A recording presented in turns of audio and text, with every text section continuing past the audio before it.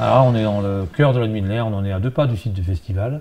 On est 1 rue de Rochetour dans le siège social administratif de la Nuit de l'Air. On travaille quasiment tous les samedis pour aménager ses bureaux, salles de réunion et locaux de stockage et autres.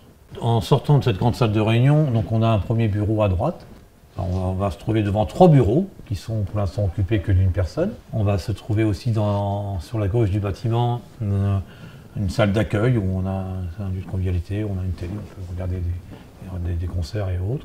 La saison 2017, c'est la première saison où on était ici. Au rez-de-chaussée, on a du stockage et en extérieur, on a tous nos conteneurs qui sont présents sur le site du festival.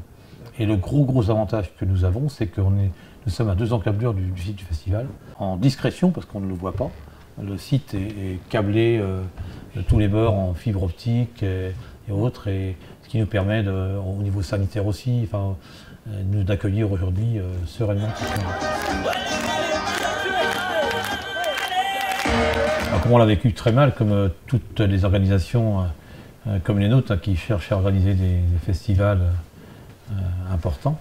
Donc l'an dernier, à pareille époque, on avait un gros doute sur notre avenir. Pareille époque, c'est mi-mars. Mi-mars, le 15 mars, les élections, rappelez-vous, 16 mars, 17 mars, le confinement. Et 15 avril, annulation officielle du festival par les propos de notre président qui annulait toutes les manifestations d'envergure. On l'a très mal vécu parce qu'on était parti sur une très belle année. On avait déjà engrangé 52, 53 000 places sur les 3 jours. On était complet le samedi. On allait être dans les jours d'après complet le vendredi, et puis bon, on aurait fait un complet général sur les 3 semaines. On n'a pas annulé, on a reporté l'événement, donc on a pu garder une grosse majorité des tickets, on a gardé 32 000 tickets en poche, nous permettant d'envisager un bel avenir pour 2021. Donc on a commencé à retravailler sur la programmation, on a perdu des artistes en cours de route, mais on a donc reporté l'événement avec quelques changements qu'on a perdu, comme M par exemple, qu'on a perdu, ou l'Ompal, qui ont décidé de mettre fin à leur tournée vu les conditions sanitaires.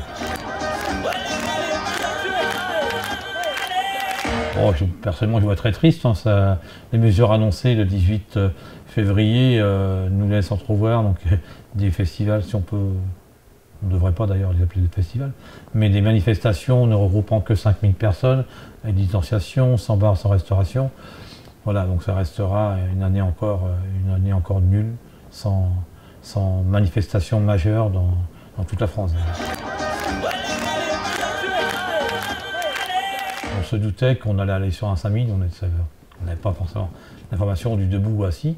Donc on avait commencé à réfléchir sur une version 5000 debout, une version 5000 normale. Certes avec des restrictions, donc on a commencé à l'imaginer, faire un mini-festival avec des petites scènes, une programmation de moins grande envergure, mais on a commencé à travailler dessus. Donc maintenant, 5000 assis, c'est pas la même chose. Donc on réfléchit, on va encore réfléchir, on va se donner un petit peu de temps encore, pour savoir si on organise une manifestation qui ne sera pas un festival, parce qu'un festival, c'est pas ça. Un festival, c'est pas être distant, c'est pas être assis, c'est pas. Festival, dans le festival, il y a festif, il y a rencontre. C'est pas dans notre ADN d'organisateur. Nous, ce qu'on veut, c'est que les gens soient heureux, comme on a pu le voir en 2019. Quoi. Donc on réfléchit encore à l'éventualité de faire quelque chose. On a encore des bras de levier pour trouver de la programmation, mais on n'a pas du tout acté cette réflexion. Elle sera actée dans les semaines à venir.